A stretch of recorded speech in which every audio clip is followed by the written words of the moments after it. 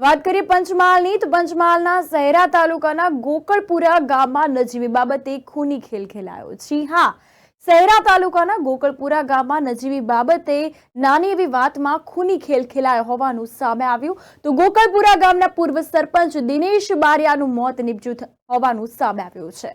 ખેતરમાં ઢોર ન ચરાવવા બાબતને લઈને મારામારી થતા સારવાર મળે તે પહેલા મોત નીપજ્યું હોવાની જાણકારી સામે આવી છે।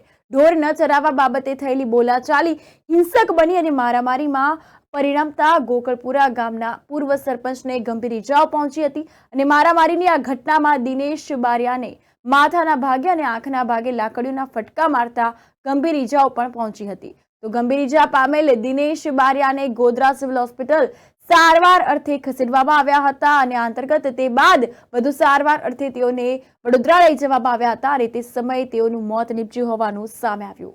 તો ઘટનાને પગલે સ્થાનિક પોલીસ તેમજ એસપી ડીવાયએસપી સહિતનો જિલ્લા પોલીસનો કાફલો પણ ઘટના સ્થળે પહોંચ્યો હતો અને આ અંગે વધુ તપાસ હાથ ધરી છે।